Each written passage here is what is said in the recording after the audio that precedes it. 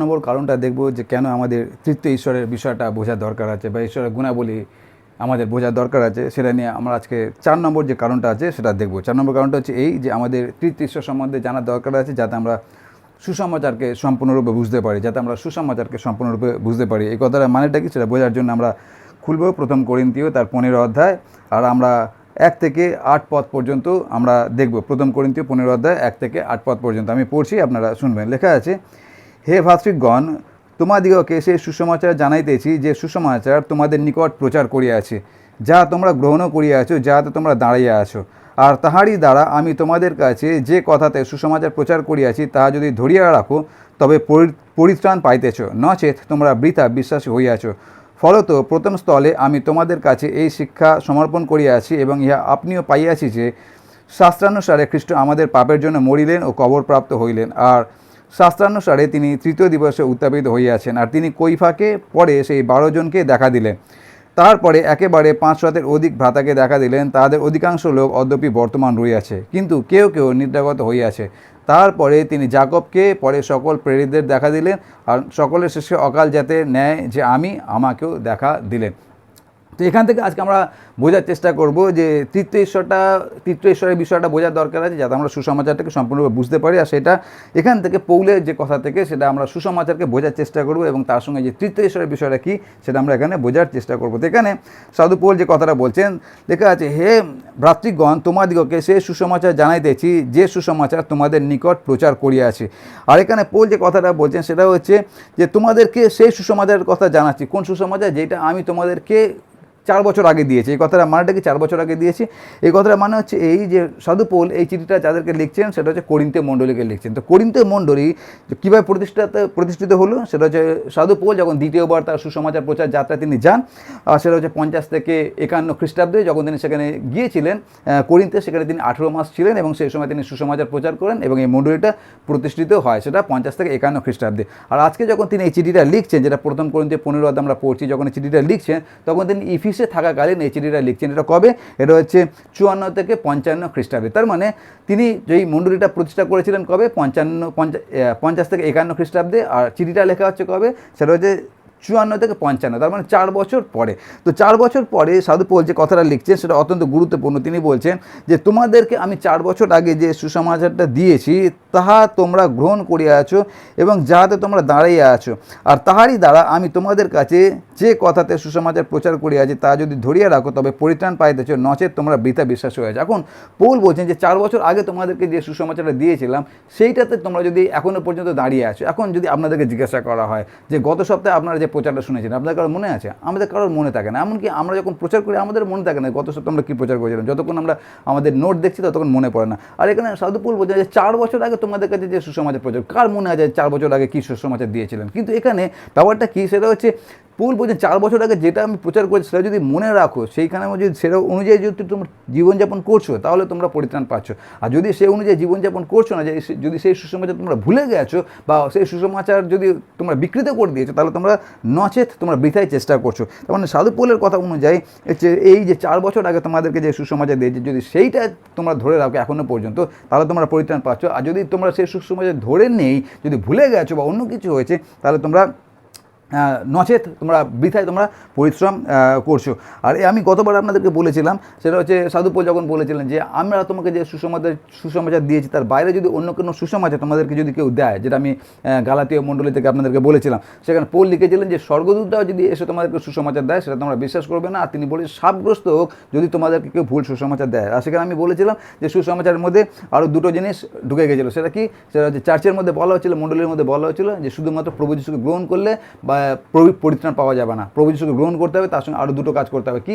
প্রথম কাজটা হচ্ছে সেটা হচ্ছে ত্বকচ্ছেদ করতে হবে, আর 3 নম্বরটা বলা হয়েছিল সেটা কি? সেটা হচ্ছে ব্যবস্থা পালন করতে হবে। তো এই রকম ভুল শিক্ষা মণ্ডলীর মধ্যে ঢুকে গিয়েছিল। আর তার পরিপ্রেক্ষিতে এখানে পৌল বলছেন কি, যে সুসমাচার তোমাদেরকে 4 বছর আগে দিয়েছিলাম, সেই সুসমাচার কি? প্রভু যিশু আসলেন, মরলেন, কবরস্থ হলেন এবং তিনি বেঁচে উঠলেন। সেই সুসমাচার যদি তোমরা এখনও পর্যন্ত ধরে আছো এবং সেই অনুযায়ী যদি জীবনযাপন করছো, তাহলে তোমরা পরিত্রাণ পাচ্ছ, নচেত তোমরা বৃথায় চেষ্টা করছো। এই কথার মানেটা কি? কিছুদিন আগে আমাদের যে ছেলে আছে আইজাক, সে ছোটো, এখন 7 বছর বয়স, ক্লাস 2তে পড়ে। তো তাকে স্কুল থেকে একটা প্রজেক্ট করতে দিল। এখনকার জানেন যে স্কুল থেকে যে প্রজেক্টগুলো করতে দেয় ওগুলো মা বাবার জন্য করতে দেয়, বাচ্চারা তো করতে পারে না, তো মা বাবারা কাজটা করে। আর আমরা তো খুশি হয়ে থাকি, বিশেষ করে মায়েরা খুব খুশি হয়ে থাকে যখন প্রজেক্ট ওয়ার্ক দেয়, কারণ মায়েরা তো নিয়ে খুব ব্যস্ত থাকে। তো একটা প্রজেক্ট ওয়ার্ক করতে দিল, সেটা কি, সেটা হচ্ছে একটা চার্ট পেপারে একটা গাছ আঁকতে হবে, আর গাছ থেকে যা কিছু তৈরি হয়, মানে গাছ থেকে কাগজ তৈরি হয়, গাছ থেকে কাপড় তৈরি হয়, আঠা তৈরি হয়, আর সেগুলো গাছের মধ্যে লাগাতে হবে। তো এরকম একটা ঘটনা ঘটলো কি, সেটা হচ্ছে একটা ছেলে, সে অনেক বড়, আমার ছেলের মতো না, আমার ছেলে থেকে অনেক বড়। তো তাকে স্কুল থেকে একটা প্রজেক্ট ওয়ার্ক করতে দেওয়া হলো। তাদেরকে বলা হলো যে একটা সাদা চার্ট পেপারের মধ্যে একটা গাছ আঁকতে হবে এবং সেটাকে রং করে নিয়ে আসতে হবে গাছটাকে। আর টিচার কী করলে, সেটা বোর্ডের মধ্যে লিখেও দিলেন যে একটা সাদা চার্ট পেপার নেবে, তার মধ্যে একটা গাছ হবে এবং গাছটাকে রং করে তোমরা জমা দেবে আগামী সপ্তাহে। তো টিচার খুব সুন্দরভাবে সেটাকে বুঝিয়ে দিয়েছেন আর সব ছেলেরা বুঝে নিয়েছেন। আর তার মধ্যে একটা ছেলে ছিল যে হচ্ছে খুব ভালো ছবি আঁকতে পারে। তো সে খুব আনন্দ পেলো যে এরকম একটা কাজ করতে দিয়েছে। সে বাড়িতে আসলো, তারপর একটা চার্ট পেপার কিনে আনলো, আর কিনে এনে সেখানে ছবি আঁকা শুরু করলে। এবার এই যে ছেলেটা, শুধু ভালো ছবি আঁকতে পারে না, এর ফ্যামিলিতে সবাই পেন্টার আছে, তারা সবাই শিল্পী আছে, তারা সবাই খুব ভালো ছবি আঁকতে পারে। তার মা, তার বাবা, তার দাদা, তার দিদি, 5 জনই তার খুব ভালো ছবি আঁকতে পারে। তো এই ছেলেটা বসে ছবি আঁকা শুরু করলো, তার কারণ স্কুলে করতে দিয়েছে, একটা চার্ট পেপারের মধ্যে একটা গাছ ছবি আঁকতে দিয়েছে। তো ছেলেটা একটা গাছ সুন্দরভাবে আঁকলো চার্ট পেপারে, আর সেটাকে রং করলো। তো যখন রং করা প্রায় কমপ্লিট হয়ে গেছে, প্রায় শেষ হয়ে দিকে, তখন তার বাবা সেখানে আসলো। আর বাবা সেখানে এসে বললো, আরে গাছটা খুব সুন্দর করেছিস, দারুণ গাছটা লাগছে, কিন্তু গাছটা কেমন ন্যাড়া ন্যাড়া লাগছে, তুই গাছের মধ্যে 2টো পাখি করে দে। তো ছেলেটা বললো, বা ভালো কথা বলেছো। তো বলে গাছের ওপরে 2টো পাখি এঁকে দিল, খুব সুন্দর দেখতে লাগছে পাখিটাকে। তো 2টো পাখি এঁকে দিল, আর তারপর বাবা সেখান থেকে চলে গেল। তারপর কিছুক্ষণ পর তার মা সেখানে আসলো।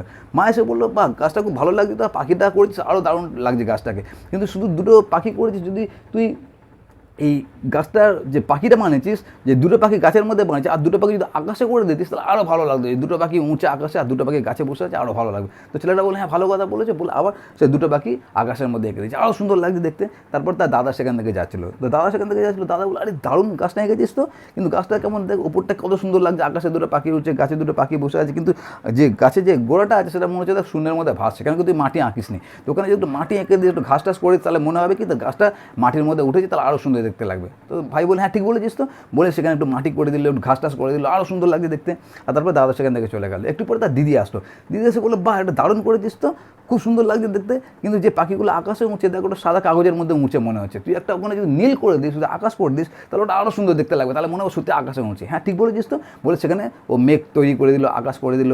তারপর আবার কেউ এসে বললো যে আকাশটা পুরো করে দিস যখন, এখানে আর 2টো পাখি করে দে। আরেকজন বললো, এখানে মাটি আছে, সকল কিছু আছে, কিন্তু এখানে একটা জিনিস অভাব আছে, সেটা আছে পুকুরের অভাব আছে, আর পুকুর এঁকে দে। তো পুকুর এঁকে দিল, পুকুরের মধ্যে 2টো রাজহাঁস এঁকে দিল, তারপর একটা নৌকা এঁকে দিল, তারপরে ঘাস আঁকা ছিল, ঘাসের মধ্যে শুধু ঘাস কেন, সেখানে ঘাসের 2টো ফুল করে দিল, ঘাসের ফুল করে দিল। এরকম করতে করতে পুরো ছবিটা একদম পরিপূর্ণ হয়ে গেল। আর যখন ছবিটা সুন্দরভাবে হয়ে গেল, দারুণ লাগলো। প্রথম যখন শুধু গাছ ছিল ওটা অতটা ভালো লাগছিল না, কিন্তু এখন যখন ছবিটা পুরো সম্পূর্ণ হয়ে গেল, সেখানে আকাশ হয়ে গেল, সেখানে মাটি হয়ে গেল, সেখানে পুকুর হয়ে গেল, পুকুরের মধ্যে হাঁস হয়ে গেল, নৌকা হয়ে গেল, আরও কত কিছু হয়ে গেল, তখন ওটা খুব সুন্দর দেখতে লাগবে। আর ছেলেটা তাতে অত্যন্ত খুশি হয়, আর মনে মনে ভাবলো যে আমার ছবিটা হচ্ছে সবথেকে ভালো ছবি হবে। আর তারপরে বলে সে পরের সপ্তাহে ছবিটাকে জমা করতে গেল, আর টিচারের কাছে জমা করা, তারাও সেটাকে জমা করলো। আর যখন সেটাকে জমা করা হলো, আর তারপর টিচার কী করলেন, সবগুলোকে নিলেন আর বললেন, পরের সপ্তাহে আমি তোমাদের এটাকে দেখে নেবো। তো পরের সপ্তাহে কী হলো, সবার ছবিটাকে টিচার গ্রহণ করলেন, কিন্তু এই ছেলেটার ছবিটাকে হাতে দিয়ে দিলেন, বলে তোমার ছবিটা ক্যান্সেল হয়ে গেছে। ছেলেটা অবাক হয়ে গেছে, আর আমি এত ভালো ছবি এঁকেছি, আমার ছবিটা ক্যান্সেল, মানে আমার ছবি তো সব থেকে ভালো ছবি। তো তখন সে জিজ্ঞাসা করলো টিচারকে গিয়ে যে, ম্যাম কেন এটা আমারটা কেন ক্যান্সেল হলো, আমি এত ভালো ছবি এঁকেছি। তখন টিচার তাকে বললো যে, আমি তোমাকে কী বলেছিলাম, আমি বলেছিলাম একটা সাদা চার্ট পেপারের মধ্যে শুধুমাত্র একটা গাছ এঁকে নিয়ে আসতে, সাদা সেটাকে রং করে নিয়ে আসতে। তোমাকে আমি বলিনি আকাশ আঁকতে, তোমাকে আমি বলিনি পুকুর আঁকতে, তোমাকে আমি বলিনি জমি আঁকতে, তোমাকে আমি বলিনি পাখি আঁকতে, আমি শুধু বলছিলাম একটা গাছ আঁকার জন্য, আর তুমি তার মধ্যে এত কিছু করেছো, সেই জন্য এটা ক্যান্সেল হয়ে গেছে। একই রকমভাবে আমরাও সুসমাচারের সঙ্গে একই কাজ করি। সেই কথায় সাধু পোলে কেন বলছেন, আমি তোমাদেরকে 4 বছর আগে যে সুসমাচারটা দিয়েছিলাম, যদি সেই সুসমাচারটা ধরে আছো তাহলে ঠিক আছে, কিন্তু তার মধ্যে যদি তোমরা জল মিশিয়ে দিয়েছো, তার মধ্যে যদি আরও নিজের ইচ্ছা মতো অনেক ছবি এঁকে দিয়েছো, তাহলে সেটা বেকার হয়ে গেছে, সেটা ক্যান্সেল হয়ে যাবে। আর সেটাই আমরা করি। দেখবেন আমরা যখন আমাদেরকে যে সুসমাচারটা দেওয়া হয়, সুসমাচারটা কি, সেটা যে প্রভু যিশু আসলেন, মরলেন, কবরস্থ হলেন এবং বেঁচে উঠলেন, এটা হচ্ছে একদম সাধারণ সুসমাচার। কিন্তু সেই সুসমাচারের মধ্যে আজকে আমরা কত কিছু ছবি এঁকে দিয়েছি, কত কিছু তার মধ্যে আমরা মিশিয়ে দিয়েছি। কী কী মিশিয়ে দিয়েছি, এখন আমরা পরভাষায় কথা বলাকে আমরা এতটা গুরুত্ব দিই যে আমরা ভাবি বোধহয় সুসমাচার মাঝে পরভাষায় কথা বলা, পরভাষায় যদি কথা না বলতে পারেন তাহলে আপনার বাপ্তিস্ম হবে না, পরভাষায় যদি কথা না বলতে পারেন তাহলে আপনাকে খ্রিস্টান বলে আপনাকে বিবেচনাই করা হবে না। আমরা কি মনে করি? আমরা মনে করি যে সুসমাচার মানে হচ্ছে অলৌকিক ঘটনা। যদি অলৌকিক ঘটনা হয় তাহলে সুসমাচার, আর আমরা কল্পনাই করতে পারি না যে অলৌকিক ঘটনা নেই সেটা আবার সুসমাচার কী করে হতে পারে। তার মানে সুসমাচারের মধ্যে আমরা অলৌকিক ঘটনা ঢুকিয়ে দিয়েছি, আমরা সেখানে পরভাষায় কথা বলা ঢুকিয়ে দিয়েছি, আমরা সুসমাচারের মধ্যে অর্থ ঢুকিয়ে দিয়েছি, আর অনেক কিছু এরকম আমরা সুসমাচারের মধ্যে প্রবেশ করে দিয়েছি। কিন্তু প্রকৃত যে সুসমাচার তার মধ্যে ওসব কিছু নেই। প্রকৃত সুসমাচারের মধ্যে কী আছে? সেটা প্রভু যিশু আমাদের জন্য আসলেন, মরলেন, কবরস্থ হলেন এবং তিনি বেঁচে উঠলেন। আর যদি আমরা প্রভু যিশুকে গ্রহণ করি তাহলে আমরা পরিত্রাণ পাবো। কিন্তু আজকে আমরা সুসমাচারের মধ্যে কত কিছু মিশিয়ে দিয়েছি। ঠিক যেরকমভাবে তাকে শুধু গাছ রাখতে বলা হয়েছিল, কিন্তু গাছের সঙ্গে সে আরও অনেক কিছু তৈরি করে দিয়েছে। একই রকমভাবে এখানে সাধু পৌল বোঝায় যে 4 বছর আগে তোমাদেরকে যে সুসমাচার দিয়েছি, যদি সেই সুসমাচার তোমরা যদি সেই রকমভাবে ধরে রাখো তাহলে পরিত্রাণ পাচ্ছ, নচেত তোমরা বৃথায় চেষ্টা করছো। আমাদের জন্য একই কথা প্রযোজ্য আছে যে আমরা যখন প্রথম সুসমাচার পেয়েছিলাম, সেটা 4 বছর হোক বা 40 বছর আগেও, আমরা কি সেই সুসমাচার দাঁড়িয়ে আছি, নাকি সেই সুসমাচারের সঙ্গে অনেক কিছু জল মিশিয়ে দিয়েছি, সেই ছবির সঙ্গে আরও অনেক কিছু ছবি আমরা নিজের মন গড়া অনেক কিছু তার মধ্যে যুক্ত করে দিয়েছি? যদি সেটা করি তাহলে আমরা পরিত্রাণ পাবো না, আমরা নচেত তাহলে আমরা চেষ্টা করছি। আর তারপরে দেখুন এখানে সাধু পৌল কী কথা বলছে, তিনি বলছেন ফলত প্রথম স্থলে আমি তোমাদের কাছে এই শিক্ষা সমর্পণ করিয়াছি এবং ইহা আপনিও পাইয়াছি। ইহা আপনি পাইয়াছি মানে পৌল বলতে চাইছেন যে আমি তোমাদেরকে যে 4 বছর আগে যে সুসমাচারটা দিয়েছি ওটা আমার কোনো মন গড়া শিক্ষা তোমাদেরকে দিইনি। আমি যে সুসমাচারটা দিয়েছি সেটা হচ্ছে আমাকে কেউ সেটা শিখিয়েছে, আর সেই জন্য আমি তোমাদেরকে অত ক্ষমতার সঙ্গে শেখাতে পারি। তো পৌল কেন এত তিনি দৃঢ়তার সঙ্গে এই কথাটা বলতে পারছেন যে আমি তোমাদেরকে 4 বছর আগে যে সুসমাচার যদি সেইটাতেই বিশ্বাস করো বা সেটাতে ধরে থাকো তাহলে তুমি পরিত্রাণ পাবে, নচেত তুমি পরিত্রাণ পাবে না। এত ক্ষমতা সাধু পৌলের কী করে হয়? আর সেটা বোঝার জন্য আমাদেরকে দেখতে হবে যে সাধু পৌলকে শিক্ষাটা দিলেন কে, সাধু পৌল কোথা থেকে জানলেন যে সুসমাচার কাকে বলে। আর সেইটা বুঝতে পারলে আমরা বুঝতে পারবো যে সাধু পৌলের কী করে এত সাহস হচ্ছে যে এরকম একটা কথা বলছেন। আর সেটা আমরা দেখি গালাতীয় তার 1 অধ্যায় 11 এবং 12 পদে তিনি তার উত্তর দিচ্ছেন যে তাকে কে শিখিয়েছেন। সেখানে তিনি বলছেন, কেননা হে ভাতৃগণ, আমার দ্বারা যে সুসমাচার প্রচারিত হইয়াছে তার বিষয়ে তোমাদিগকে জানাইতেছি যে তা মনুষ্যের মতানুযায়ী নয়, কেননা আমি মনুষ্যের কাছে তাহা গ্রহণ করি নাই এবং শিক্ষাও পাই না। তো সাধু পৌল এখানে কী বলছেন যে এটা কোনো মানুষের মতানুযায়ী আমি তোমাকে শিক্ষা দিচ্ছি না, কোনো মানুষ আমাকে শিক্ষা দেয়নি, কোনো মানুষের থেকে আমি এই শিক্ষাটা গ্রহণ করিনি। কিন্তু আমি তাহলে কোথা থেকে শিক্ষা গ্রহণ করলাম? সেখানে তিনি বলছেন কিন্তু যীশু খ্রিস্টের প্রত্যাদেশ দ্বারা পাইয়াছি। তার মানে প্রভু যীশু খ্রিস্ট স্বয়ং আমার কাছে এটা প্রকাশ করেছে। প্রত্যাদেশ মানে তিনি সেটাকে প্রকাশ করেছেন। তার মানে এখানে সাধু পৌল এত ক্ষমতার সঙ্গে কেন বলতে পারেন যে 4 বছর আগে তোমাদেরকে যে সুসমাচার দিয়েছে সেই সুসমাচারে যদি তোমরা দাঁড়িয়ে থাকো তাহলে পরিত্রাণ পাচ্ছ, নচেত তোমরা বৃথায় চেষ্টা করছো। তার কারণটা কি? তার কারণ সাধু পৌল যে সুসমাচার দিচ্ছে সেটা কোনো মানুষের মন গড়া শিক্ষা না, সেটা কোনো মানুষের ফিলোসফি না, সেটা কোনো মানুষের কোনো দর্শনবিদ্যা নয়, কিন্তু তিনি যে শিক্ষাটা দিয়েছেন সেটা হচ্ছে সরাসরি প্রভু যিশুর থেকে সেই শিক্ষাটা তিনি পেয়েছেন। আর সেই জন্য তিনি এত ক্ষমতা সহকারে বলতে পারেন। আর প্রভু যিশু থেকে তিনি কোথা থেকে পেলেন এই শিক্ষাটা? আমরা দেখি 9 অধ্যায় 22 অধ্যায় এবং 26 অধ্যায় প্রেরিতদের কার্যবিবরণে। সেখানে পৌল যখন যাচ্ছিলেন দমেস্কের পথে, আর সেখানে প্রভু যিশুর সঙ্গে সম্মুখাসম্মুখী কথা হয়। আর তারপরে আমরা দেখি পৌলের সঙ্গে প্রভু যিশুর যে কথোপকথন, আর সেখান থেকে তিনি জানতে পারেন যে সুসমাচার আসলে কী, আর সেই সুসমাচার তিনি আমাদেরকে শিক্ষা দিয়েছেন। সেই জন্য যখন সুসমাচারের মধ্যে মানুষের কোনো শিক্ষা যদি সেখানে ঢুকে যায় তাহলে আমরা বৃথায় এসে সুসমাচারের পিছনে দৌড়াচ্ছি। কিন্তু যেই সুসমাচার প্রভু যিশু আমাদেরকে দিয়েছেন সেই সুসমাচারকে যদি আমরা গ্রহণ করে এবং ধরে থাকি তাহলে আমরা পরিত্রাণ পাচ্ছি। আমরা যখন বাইবেল কলেজে পড়ি, আর দেখবেন বাইবেল কলেজ যে বিভিন্ন বাইবেল কলেজগুলো আছে, প্রত্যেকটা বাইবেল কলেজ কোনো না কোনো সংস্থার সঙ্গে তারা অ্যাফিলিয়েটেড থাকে, বা কোনো না কোনো যে আমরা যেরকম ডিনোমিনেশন বলি না, সম্প্রদায়, খ্রিস্টান সম্প্রদায়ের আন্ডারে এই বাইবেল কলেজগুলো থাকে। তো প্রত্যেকটা বাইবেল কলেজ তাদের মেন যে শিক্ষার যে বইটা আছে সেটা হচ্ছে বাইবেল। তো বাইবেল থেকে শিক্ষা দেয়, কেন কি সেই জন্য সেটাকে বাইবেল কলেজ বলা হয়। কিন্তু আমরা যদি দেখি তাহলে দেখব যে অধিকাংশ বাইবেল কলেজ কী করে, তারা যে শিক্ষাগুলো দেয় তাদের শিক্ষাটা নির্ভর করে যে ওই কলেজটা কোন ডিনোমিনেশনের আন্ডারে আছে বা কোন সম্প্রদায়ের আন্ডারে আছে। যেই সম্প্রদায়ের আন্ডারে ওই বাইবেল কলেজটা আছে তারা সেই অনুযায়ী সেই শিক্ষাগুলো দেয়। যেমন কিছু কিছু বাইবেল কলেজ তারা পরভাষার ওপরে অনেক শিক্ষা দেয়, বেশি জোর দেয়। কিছু কিছু বাইবেল কলেজ আছে তারা যে মিরাকেল, যে অলৌকিক ঘটনা, তার উপরে বেশি জোর দেয়। কিছু কিছু বাইবেল কলেজ আছে যারা ডক্ট্রিন বা বাইবেলের যে প্রধান শিক্ষাগুলো আছে সেগুলোর উপর বেশি জোর দেয়। তো বাইবেল কলেজগুলো যে শিক্ষা দেয় সেটা নির্ভর করে তারা কোন ডিনোমিনেশন বা কোন সম্প্রদায়ের আন্ডারে আছে। যেমন একটা উদাহরণ দিই, আমি যখন বাইবেল কলেজে পড়তাম তখন আমাদের বাইবেল কলেজে কী হতো, অনেক সময় অন্যান্য কলেজ থেকে টিচারদেরকে আনা হতো 1 মাস বা 2 মাসের জন্য, যাতে আমরা শিখতে পারি যে অন্যান্য বাইবেল কলেজে কী শিক্ষা দেওয়া হচ্ছে। তো ওরকম একটা কোনো সময় অন্য একটা বাইবেল কলেজ থেকে, সেই বাইবেল কলেজটা আমাদের বাইবেল কলেজ থেকে অনেক বড় বাইবেল কলেজ, আর আমরা অনেক প্রত্যাশায় ছিলাম যে অন্য একটা বড় কলেজ থেকে একজন টিচার আসছেন, তিনি আমাদেরকে অনেক ভালো শিক্ষা দেবেন। তো তিনি আমাদেরকে শিক্ষা দিলেন, আর আমাদের বাইবেল কলেজে বোর্ডটা ছিল, অনেক বড় একটা বোর্ড ছিল। তো তিনি যে শিক্ষাটা দিয়েছিলেন, তিনি কী করলেন, সেখানে একটা বড় পুকুর রাখলেন, আর বড় পুকুর রেখে তিনি সেখানে 4টে ঘাট করলেন, আর 4টে ঘাট করে তিনি বললেন এই পুকুরে যে জলটা আছে ওটা ঈশ্বর আছেন, আর সেই ঈশ্বরের কাছে যাওয়ার জন্য আমি ওপর থেকে যেতে পারি, নিচের থেকে যেতে পারি, বাঁ দিক থেকে যেতে পারি, ডান দিক থেকে যেতে পারি, মানে অনেকগুলো পথ আছে ঈশ্বরের কাছে যাওয়ার জন্য। তো তিনি যে শিক্ষাটা দিলেন সেটা হচ্ছে এই যে ঈশ্বরের কাছে পৌঁছানোর জন্য শুধুমাত্র একটা পথ নেই, কিন্তু ঈশ্বরের কাছে পৌঁছানোর জন্য অনেকগুলো পথ আছে। আর যদি সেই কথাটা বলছে, তাহলে প্রভু যিশু যে কথাটা বলেছেন জন 14:6 তিনি কি বলেছেন, আমি পথ, আমি সত্য, আমি জীবন, আমাদের না আসলে কেউ পিতা ঈশ্বরের নিকটে আসে না। তো আমি সেখানে বসে আছি, তো আমি তাকে তখন স্যারকে আমি বলেছিলাম যে স্যার,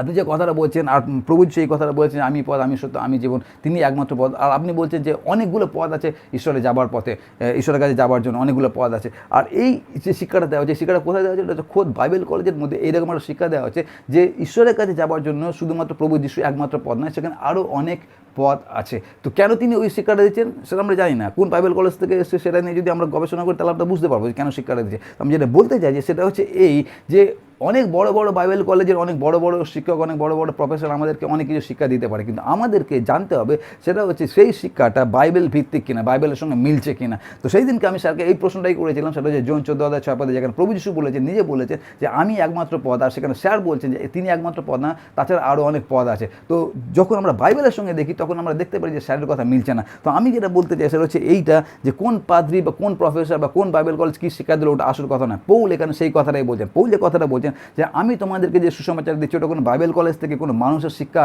কোনো প্রফেসরের শিক্ষা, কোনো বড় কলেজের কোনো বড় প্রফেসরের শিক্ষা আমি তোমাদেরকে দিচ্ছি না। আমি তোমাদেরকে যে শিক্ষাটা দিয়েছি, সুসমাচার কাকে বলে, সেই শিক্ষাটা আমি কার থেকে পেয়েছি, সেটা হচ্ছে স্বয়ং যীশু খ্রিস্ট থেকে পেয়েছি। আপনার আমার জন্য একই কথা প্রযোজ্য। আপনাকে কোন পাদ্রী কী শেখালো, কোন প্রফেসর কী শেখালো ওটা আসল কথা না, কোন বাইবেল কলেজ কী শেখালো আসল কথা না। আমাদেরকে যেটা করতে হবে, যা কিছু আপনারা শিক্ষা গ্রহণ করছেন সেই শিক্ষাটা বাইবেলের সঙ্গে মিলছে কিনা ওটা আমাদেরকে অবশ্যই যাচাই করে দেখতে হবে। যদি ওটা যাচাই করে না দেখি তাহলে আমরা ভ্রান্ত পথে পরিচালিত হতে পারি। এখানে সাধু পৌল সেই ভ্রান্ত পথ থেকে বের করার জন্য আমাদেরকে এই কথা বলছেন, যেন আমরা সুসমাচারের সঙ্গে কোনো জল না মিশিয়ে দিই, যেটা এখনকার দিনে অধিকাংশ ক্ষেত্রে ঘটছে। যে সুসমাচার যেটা সাধু পৌল আমাদেরকে দিয়েছেন, যে বাইবেল আমাদেরকে যে সুসমাচার, তার থেকে আজকে আমরা ভ্রান্ত পথে হয়তো অনেক সময় চলে গেছি, সুসমাচারের মধ্যে অনেক কিছু আমরা মিশিয়ে দিয়েছি। আর সেই জন্য এখানে সাধু পৌলের যে কথাটা অত্যন্ত গুরুত্বপূর্ণ, সেটা হচ্ছে যে সুসমাচার তোমাদেরকে আমি দিয়েছি 4 বছর আগে, যদি সেই সুসমাচারে দাঁড়িয়ে থাকো তাহলে পরিত্রাণ পাচ্ছ, নচেত তোমরা বৃথায় চেষ্টা করছো। আর তারপর দেখুন সাধু পৌল এখানে কী বলছেন। সাধু পৌল এখানে বলছেন 3 পদের শেষের দিকে বলছেন যে শাস্ত্রানুসারে খ্রিস্ট আমাদের পাপের জন্য মরিলেন ও কবরপ্রাপ্ত হইলেন, ও শাস্ত্রানুসারে তিনি 3য় দিবসে উত্থাপিত হইয়াছেন। আর এখানে সাধু পৌল যে কথাটা বলছে সেটা কি, সেটা হচ্ছে সুসমাচার কি, সুসমাচার হচ্ছে প্রভু যিশু আসলেন, প্রভু যিশু মরলেন, প্রভু যিশু কবরে গেলেন এবং প্রভু যিশু বেঁচে উঠলেন। এখানে যদি আমরা দেখি সেটা হচ্ছে এই যে এই আশাটা, মৃত্যুবরণ করাটা, কবরে যা মেন যেই জিনিসটা, প্রধান যে জিনিসটার উপরে সাধু পৌল এখানে গুরুত্ব দিচ্ছেন সেটা কি, সেটা হচ্ছে তার পুনরুত্থান। তিনি বলছেন 3য় দিবসে তিনি উত্থাপিত হইয়াছেন, আর তিনি কৈফাকে, পরে সেই 12 জনকে দেখা দিলেন, তারপরে একেবারে 500-এর অধিক ভ্রাতাকে দেখা দিলেন, তাদের মধ্যে অনেকে এখনও বেঁচে আছে। তার মানে কি, তার মানে যে 500 জনকে দেখা দিয়েছিল তাদের মধ্যে অনেকে বেঁচে আছে। যদি আমার কথা তোমরা যাচাই করে দেখতে চাও তাদেরকে কি জিজ্ঞাসা করো, তারা এখনও বেঁচে আছে, হয়তো তোমার গ্রামে আছে, তাদেরকে জিজ্ঞাসা করো আমি সঠিক কথা বলছি কিনা। তো সাধু পৌল এই কথাগুলো কেন বলছেন, তিনি এই পুনরুত্থানের উপরে বেশি জোর দিচ্ছেন, যে তার কারণ হচ্ছে এই পুনরুত্থানটাই প্রভু যিশুকে প্রভু যিশু করে। তার কারণটা কি, তার কারণ দেখবেন যে মৃত্যুটা আছে, যে প্রভু যিশু আমাদের জন্য মরলেন, এরকম অনেকে মরতে পারে। আমরা যদি আমাদের দেশের যে বিপ্লবীদের কথা আমরা দেখি, আমরা নেতাজি সুভাষচন্দ্র বোস, আমরা ভগৎ সিংকে দেখি, আমরা ক্ষুদিরাম বোস এবং আরও অনেকে আছে যারা দেশের জন্য, দশের জন্য তারা প্রাণ দিয়েছে, মানুষের জন্য তারা প্রাণ দিয়েছে। সুতরাং প্রাণ দিলেও দিতে পারে, আমাকে বলে আমি হয়তো প্রাণ দেবো না, আমি পালিয়ে যাবো এখান থেকে, কিন্তু অনেকে আছে তারা হয়তো মানুষের জন্য বা দেশের জন্য প্রাণ দিতে পারে। সুতরাং প্রাণ দেওয়াটা অত বড় বিষয় নয়। আর যখন প্রাণ দিয়েছে, যখন মারা গেছে, মারা যাবার পর কবর হবেই হবে, ওটাও সাধারণ বিষয় আছে। কিন্তু সবথেকে যেটা ইম্পর্টেন্ট বিষয় আছে, যেটা সাধু পৌল এখানে আমাদেরকে শিক্ষা দিচ্ছেন, যেটা সুসমাচার করে, সেটা হচ্ছে এই যে প্রভু যিশুর পুনরুত্থান, তিনি বেঁচে উঠলেন। আর সেই জন্য পুনরুত্থানকে নিয়ে তিনি এতগুলো কথা বলেন। কী কথা বললেন, যে 12 জনকে দেখা দিলেন, পিতরকে দেখা দিলেন, 500-এর অধিক ভ্রাতাকে দেখা দিলেন, আমাকে দেখা দিলেন। কেন এই কথাগুলো বলছেন, তার সঙ্গে এটা বলছেন যে যাদেরকে দেখা দিয়েছিল তাদের মধ্যে অনেকে বেঁচে আছে। তোমরা যদি ক্লারিফাই করতে চাও, তোমরা যদি যাচাই করতে চাও, তাদের সঙ্গে কথা বলে দেখতে পারো, তারা এখনো বেঁচে আছে। তো এখানে সাধু পৌল যে জিনিসটার উপর বেশি জোর দিচ্ছেন সেটা হচ্ছে প্রভু যিশুর পুনরুত্থান। কারণ কি, প্রভু যিশুর পুনরুত্থানটাই প্রভু যিশুকে সকলের থেকে আলাদা করে। ওই একটাই কাজ যে কখনো করতে পারেনি, আগামী দিনে কেউ করতে পারবে না, সেটাকে মৃত্যুকে জয় করা। সেটা শুধুমাত্র প্রভু যিশু করেছে। আর সেই জন্য পুনরুত্থানটা অত্যন্ত গুরুত্বপূর্ণ। এখন যে বিষয়টা আছে সেটা হচ্ছে এই যে হঠাৎ কেন প্রভু যিশু আসতে গেলেন আমাদের জন্য, হঠাৎ কেন তিনি মরতে গেলেন, হঠাৎ তাকে কে বললো যে কবরে যেতে, হঠাৎ তাকে কে বললো যে তিনি আবার আমাদের জন্য পুনরুত্থিত হয়ে যাক, তিনি হঠাৎ করে কেন এই কাজটা করতে গেলেন। তো সেইটা বোঝার জন্য সাধু পৌল এখানে যে কথাটা অ্যাড করেছেন সেখানে লেখা আছে শাস্ত্রানুসারে, মানে শাস্ত্র অনুসারে। আর ওটা হচ্ছে সবথেকে ইম্পর্টেন্ট জিনিস আজকে বোঝার জন্য, যে কেন তৃতীয় ঈশ্বরের বিষয়টা বোঝা দরকার আছে এই কথাটা বোঝার জন্য, যে শাস্ত্রানুসারে কথাটার মানেটা কি। তো এখানে সাধু পৌল বলছেন শাস্ত্রানুসারে খ্রিস্ট আসলেন, তার মানে যিশু যে আমাদের জন্য আসলেন, মরলেন, হঠাৎ করে তিনি চলে আসলেন না, তার পিছনে ব্যাকগ্রাউন্ড আছে। ব্যাকগ্রাউন্ডটা কী আছে? ব্যাকগ্রাউন্ডটা এটাই আছে, সেটা হচ্ছে আমরা যখন আদি পুস্তক 3 অধ্যায় 15 এবং 16 পদে দেখি, আর সেখানে আমরা দেখতে পারি 3 অধ্যায় 15 এবং 16 পদে সেখানে যে ঘটনাটা ঘটছে সেটা হচ্ছে আদম হাওয়া ঈশ্বরের দৃষ্টিতে পাপ করলো, ঈশ্বরের কথা তারা শোনেনি। এখন ঈশ্বর কী করছে? তাদেরকে বের করে দিচ্ছেন অভিশাপ দিয়ে। আর যখন ঈশ্বর তাদেরকে অভিশাপ দিয়ে বের করে দিচ্ছেন, তখন কি করলেন? ঈশ্বর যে অভিশাপ দিচ্ছেন, অভিশাপের মধ্যে ঈশ্বর একটা কথা বলছিলেন, সেই কথাটা এরকমভাবে লেখা আছে 15 এবং 16 পদে, আর আমি তোমাতে ও নারীতে এবং তোমার বংশে ও তাহার বংশে পরস্পর শত্রুতা জন্মাইব, সে তোমার মস্তক চূর্ণ করিবে এবং তুমি তার পাদমূল চূর্ণ করিবে। পরে তিনি নারীকে কইলেন, আমি তোমার গর্ভবেদনা অতিশয় বৃদ্ধি করিব। তো এখানে এই কথার মানটা যেটা হচ্ছে সেটা হচ্ছে এই যে সুসমাচার, যে সুসমাচারের সম্বন্ধে আজকে পৌল আমাদেরকে শিক্ষা দিচ্ছেন, সেই সুসমাচারটা প্রথম যিনি উচ্চারণ করেছিলেন তিনি হচ্ছেন পিতা ঈশ্বর। আর তিনি কী বলেছিলেন? যে যেই সাপ, যেই শয়তান তোমাদের আজকে ভুলিয়েছে, আমি একজনকে পাঠাবো, আমার পুত্র প্রভু যিশুকে পাঠাবো, সে এই শয়তানকে চিরকালের জন্য ক্রুশের উপর হারিয়ে দেবে।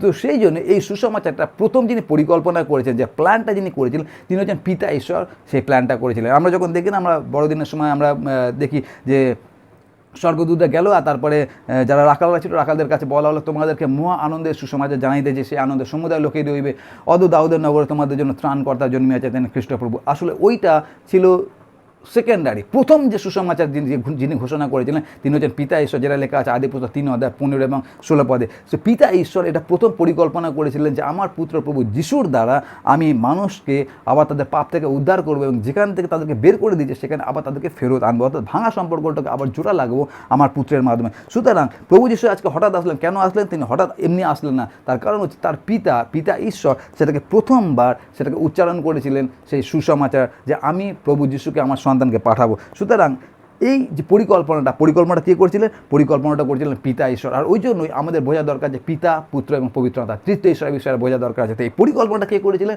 পরিকল্পনাটা করেছিলেন হচ্ছে পিতা ঈশ্বর, সেই পরিকল্পনাটা করেছিলেন। আর এই পরিকল্পনাটা বোঝার জন্য আমাদেরকে আরেকটা জিনিস বুঝতে হবে, যেটা যোহন লিখিত সুসমাচার 3 অধ্যায় 16 পদে দেখি, কারণ ঈশ্বর জগৎকে এমন প্রেম করিলে যে আপনার একজাত পুত্রকে দান করলেন, যেন যে কেউ তাকে বিশ্বাস করে সে বিনষ্ট নয় কিন্তু অনন্ত জীবন পায়। আর আমরা এই কথাটা খুব সহজে আমরা প্রচার করি, কিন্তু আমরা এর গুরুত্ব বুঝি না। এখানে যখন প্রেমের কথা লেখা হচ্ছে, প্রেমটা এরকম প্রেম যে ঈশ্বর যখন তাদেরকে অভিশাপ দিচ্ছেন, অভিশাপের মধ্যেও তিনি ভোলেননি যে আমি যদিও তাদের উপর রেগে আছি, কিন্তু আমার যে প্রেম আছে তাদের প্রতি সেটা আমার রাগের থেকে বেশি আছে। আসলে আমরা বাইবেলে দেখি না যে তিনি ক্রোধে ধীর, দয়াতে এবং সত্যে মহান, অর্থাৎ তার প্রেমটা তার রাগের থেকে আমাদের প্রতি বেশি, অর্থাৎ তার প্রেমটার পরিমাণ তার রাগের থেকে বেশি। তো তিনি রেগে গিয়ে যখন অভিশাপ দিচ্ছেন, অভিশাপের মধ্যে তিনি এমন একটা আশীর্বাদের কথা বলছেন, সেটা কি? সেটা হচ্ছে আমি আমার পুত্রকে পাঠাবো, যার দ্বারা তাদেরকে আবার আমি উদ্ধার করে আনবো। আর যখন তাদেরকে বের করে দেওয়া হচ্ছে, আমি জানি না আদম হবার মধ্যে কোনো দুঃখ হচ্ছিল কিনা।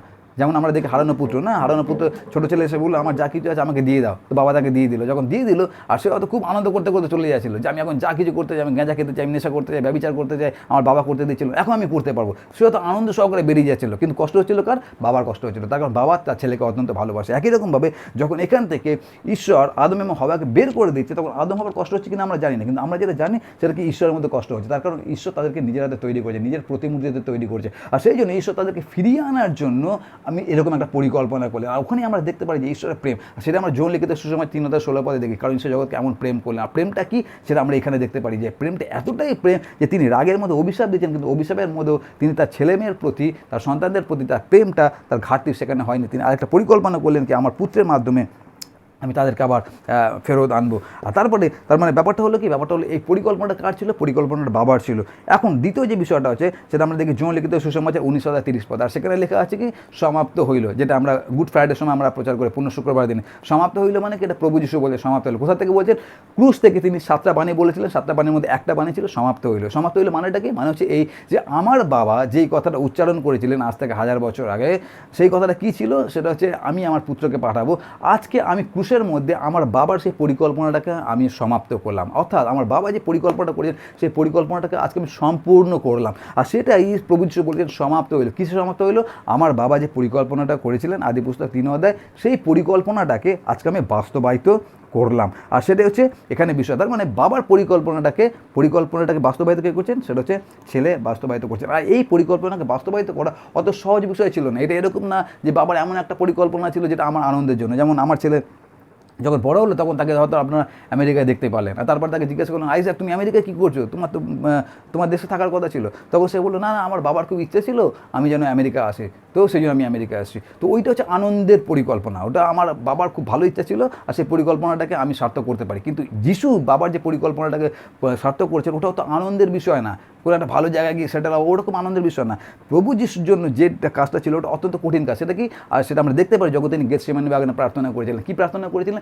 পিতা যদি তোমার ইচ্ছা হয় পানপাত্র আমার থেকে সরিয়ে নাও। তার মানে ক্রুশে মৃত্যু থেকে যদি তোমার অন্য কোনো পরিকল্পনা থাকে তুমি করো, তথাপি আমার ইচ্ছা না তোমার ইচ্ছা সিদ্ধ হোক। তার মানে এই পিতার ইচ্ছাটা পরিকল্পনাটাকে বাস্তবায়িত করা ওটা সহজ বিষয় ছিল না, তার জন্য তাকে ক্রুশের মধ্যে প্রাণ দিতে হয়েছিল। আর সেই জন্য তিনি যখন প্রার্থনা করেছিলেন, লেখা আছে তার ঘামটা রক্তের আকারে পড়ছিল, কতটা একটা কষ্টদায়ক বিষয় ছিল। কিন্তু তার সত্ত্বেও তিনি পিতার এই পরিকল্পনাটাকে তিনি বাস্তবায়িত করা থেকে পিছু পাওয়া নেই, তিনি সেই পরিকল্পনাটাকে পরিপূর্ণ করলেন। কেন পরিপূর্ণ করলেন? এখন ধরুন আমার যে আগে ইচ্ছা ছিল, যখন আমি প্রথম প্রভু যিশুকে জানতে পারি, আমি ছোটোবেলায় ওই মিশনারিদের জীবনী পড়েছিলাম। তো মিশনারিদের জীবনী পড়ে আমি অত্যন্ত প্রভাবিত হয়েছিলাম।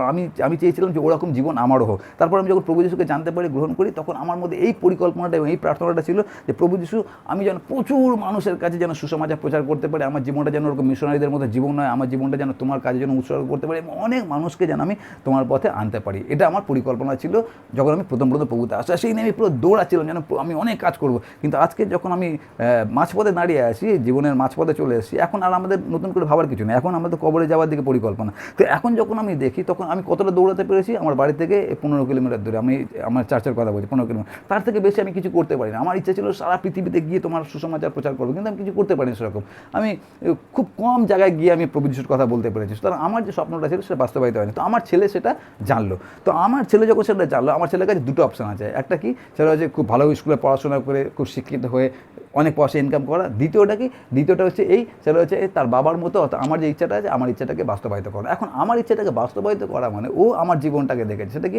আমাদের জীবন হচ্ছে নুন আনতে পান্তা পোড়া অবস্থা। যে প্রকৃতভাবে যে পালক আছে, যে ঈশ্বরের পথে থাকে, যে প্রভুর কাজ করে, তাদের দেখবেন বাড়ি গাড়ি ওসব অনেক দূরের ঘটনা থাকে। তো ও আমার জীবনকে দেখেছে যে আমার জীবনে এখনও আমাদের যে আর্থিকভাবে আমরা যে সংকটের মধ্যে দিয়ে যাই সেটা আইজাক দেখেছে। তো আইজাকের কাছে দুটো এখন রাস্তা আছে। এক হচ্ছে পড়াশোনা করে নিজের পায়ে দাঁড়ানো এবং অনেক উপার্জন করা। দ্বিতীয়টা কি? বাবার ইচ্ছা পালন করা। কিন্তু বাবার ইচ্ছা পালন করতে গেলে তাকে কি করতে হবে? আমার যেরকম জীবন সেরকম জীবন ওকে পালন করতে হবে, অর্থাৎ সকলকে হিসাব করে চলতে হবে। তো এখন সে সেটা করবে কি করবে না সেটা নির্ভর করে একটা জিনিসের উপর। কিসের উপর নির্ভর করে? সেটা হচ্ছে সে আমাকে কতটা ভালোবাসে। সে যদি আমাকে সত্যি ভালোবাসে তাহলে যতই কষ্ট হোক না কেন সে আমার ইচ্ছাটাকে পালন করার চেষ্টা করবে বা আমার ইচ্ছাটাকে বাস্তবায়িত করার চেষ্টা করবে। আমি বলছি না যে পয়সা ইনকাম করে সুসমাচার প্রচার করা যায় না, সেটা না। আমি এটা উদাহরণের পরিপ্রেক্ষিতে বলছি যে প্রভু যিশুর ক্ষেত্রে এটা কতটা কঠিন হয়েছিল, যে পিতা ঈশ্বর এটাকে পরিকল্পনা করেছিলেন, কিন্তু এই পরিকল্পনাটাকে বাস্তবায়িত করা অত সহজ ছিল না। কেন কি? এই পরিকল্পনাটাকে বাস্তবায়িত করার জন্য তাকে ক্রুশের উপর ঝুলতে হয়েছিল, মরতে হয়েছিল। কিন্তু সেই কাজটা তিনি করেন। তার কারণটা কি? সেখানে আমরা দেখতে পারি পিতার প্রতি পুত্রের প্রেম বা পুত্রের প্রতি পিতার প্রেম। আর ওটাই আমরা দেখতে পারি যে পিতা, পুত্র, পবিত্র আত্মা, কিন্তু তাদের মধ্যে একে অপরের সঙ্গে যে সম্পর্কটা, যে প্রেমের বাঁধনটা, ওটা কতটা ঘনিষ্ঠ। আর আমরা সেই ঈশ্বরকে যখন বিশ্বাস করি, আমরা একে অপরের প্রতি কতটা আমরা একে অপরকে প্রেম করতে পারি। তাহলে আমরা সেই ঈশ্বরকে ভালোবাসছি, সেই ঈশ্বরের পথে আমরা চলছি, অথচ সেই ঈশ্বরের যে গুণাবলী সেটা আমরা অনুসরণ করছি না। সুতরাং প্রথম ব্যাপারটা আমরা কী দেখি? সেটা হচ্ছে এটাকে উচ্চারণ কে করেছিলেন, পরিকল্পনা কার ছিল? পরিকল্পনা হচ্ছে পিতা ঈশ্বরের। সেটাকে পরিপূর্ণ কে করলেন? সেটাকে সম্পূর্ণ করলেন হচ্ছে পুত্র ঈশ্বর। আর এখন আমরা দেখি পবিত্র আত্মা। পবিত্র আত্মার বিষয়টা আমরা দেখি, সেটা হচ্ছে জন লিখিত সুসমাচার তার 16 অধ্যায়। আর সেখানে লেখা আছে জন লিখিত সুসমাচার 16 অধ্যায়। আমি পড়ছি, আপনারা শুনবেন। জন লিখিত সুসমাচার আর তার 16 অধ্যায় এরকমভাবে বলা হচ্ছে কি? জন লিখিত সুসমাচার 16 অধ্যায় 7 থেকে আমি 7 পদের শেষের দিকে পড়ছি। আমার যাওয়া তোমাদের পক্ষে ভালো, কারণ আমি না গেলে সেই সহায় তোমাদের নিকটে আসিবেন না, কিন্তু আমি যদি যাই তবে তোমাদের নিকটে তাহাকে পাঠাইয়া দিব। আর তিনি আসিয়া পাপের সম্বন্ধে, ধার্মিকতার সম্বন্ধে এবং বিচারের সম্বন্ধে জগৎকে দোষী করিবেন। পাপের সম্বন্ধে, কেননা তাহারা আমাকে বিশ্বাস করে না। ধার্মিকতার সম্বন্ধে, কেননা আমি পিতার নিকটে যাইতেছি ও তোমরা আর আমাকে দেখিতে পাইতেছ না। বিচারের সম্বন্ধে, কেননা এই জগতের অধিপতি বিচারিত হইয়াছে। তো এইটা নিয়ে আমি অন্য কোনো সময় বিস্তারিতভাবে প্রচার করবো, কিন্তু এখানে যে বিষয়টা প্রধান আছে আছে সেটা হচ্ছে এই যে প্রভু যিশু বলছে আমার যাওয়া তোমাদের পক্ষে ভালো, কেন আমি যখন যাই তোমাদের জন্য পবিত্র আত্মাকে পাঠিয়ে দেবো। পবিত্র আত্মা কী করবে? তোমাদেরকে পবিত্র আত্মা একটা কাজ করবে, সেটা কি তোমাদেরকে পবিত্র আত্মা দোষী করবে। এটাকে যদি আমরা অন্যভাবে দেখি সেটা হচ্ছে পবিত্র আত্মা আমাদেরকে সবসময় কনভিক্ট করবে, সবসময় আমাদেরকে চেতনা দেবে। কিসের সম্বন্ধে চেতনা দেবে? পাপের সম্বন্ধে চেতনা দেবে, ধার্মিকতার সম্বন্ধে চেতনা দেবে, বিচারের সম্বন্ধে তিনি আমাদেরকে চেতনা দেবে। কেন চেতনা দেবে?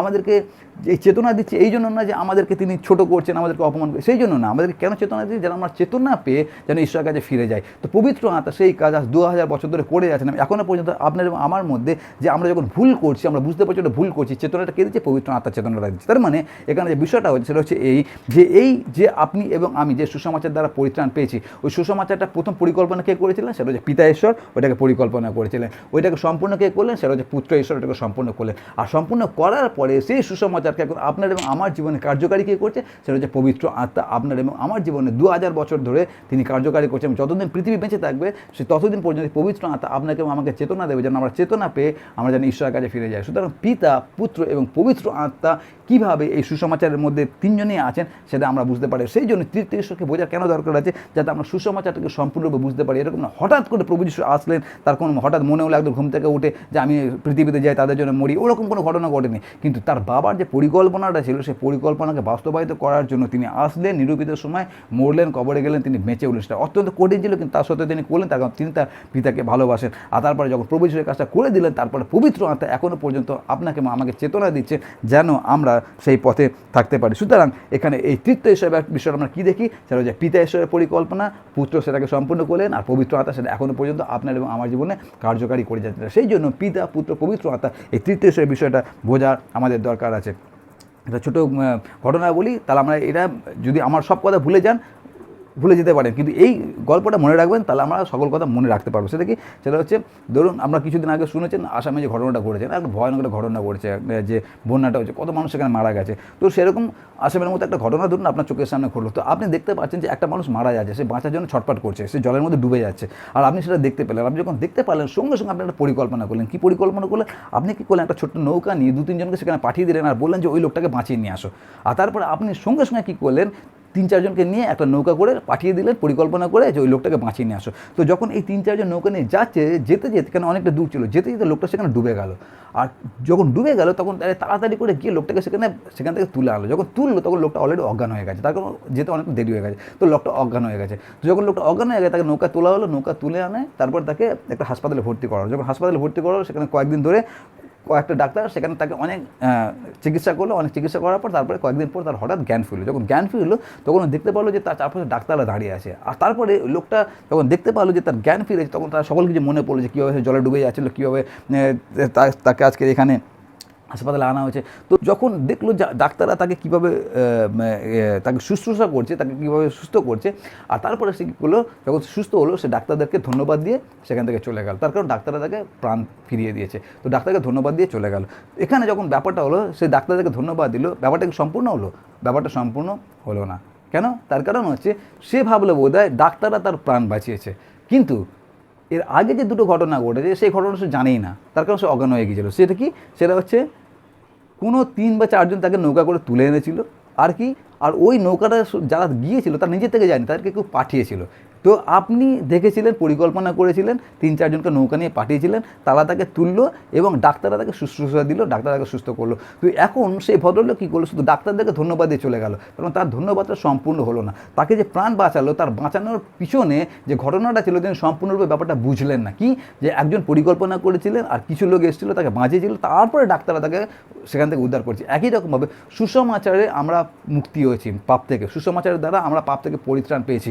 আর এইটা যখন জানি, এটা আমরা যদি শুধুমাত্র এই সুসমাচার জানি কি যে প্রভু যিশুর বিষয়, তাহলে ওটা অসম্পূর্ণ থেকে যায়। শুধু এখানে প্রভু যিশু না, এখানে তৃতীয় ঈশ্বরের বিষয় আমাদের বোঝার দরকার আছে। সেটা কি? সেটা হচ্ছে যেই সুসমাচারের দ্বারা, যেই প্রভু যিশুর দ্বারা আমরা পরিত্রাণ পেয়েছি, এই সুসমাচারটা প্রথম যিনি ঘোষণা করেছিলেন সেটা হচ্ছে পিতা ঈশ্বর প্রথম ঘোষণা করেছিলেন। আর সেই পিতা ঈশ্বরের ঘোষণাটাকে, তার পরিকল্পনাটাকে বাস্তবায়িত করলেন কি? সেটা হচ্ছে প্রভু যিশু খ্রিস্ট বাস্তবায়িত করলেন। আর সেটাকে কার্যকারী কে করলেন?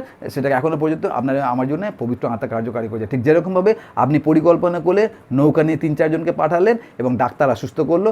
একই রকমভাবে তৃতীয় ঈশ্বরের ব্যাপারটাও একই রকমের। আর সেই জন্য সুসমাচারকে যদি সম্পূর্ণরূপে বুঝতে হয় তাহলে আমাদেরকে তৃতীয় ঈশ্বরের বিষয়ে বুঝতে হবে, কারণ কি সেখানে পিতা, পুত্র এবং পবিত্র আত্মা 3জনে সেখানে ইনভলভ আছে। আর সেই 3জনের বিষয়টা যদি আমরা না বুঝি তাহলে এই যে সুসমাচার সেটা আমাদের কাছে সম্পূর্ণরূপে আমরা বুঝতে পারবো না এবং তার গুরুত্ব আমরা বুঝতে পারবো না। আর সেই জন্য তৃতীয় ঈশ্বর বা ঈশ্বরের গুণাবলী আমাদের কেন বোঝার দরকার আছে, যাতে আমরা এই সুসমাচারকে সম্পূর্ণরূপে বুঝতে পারি।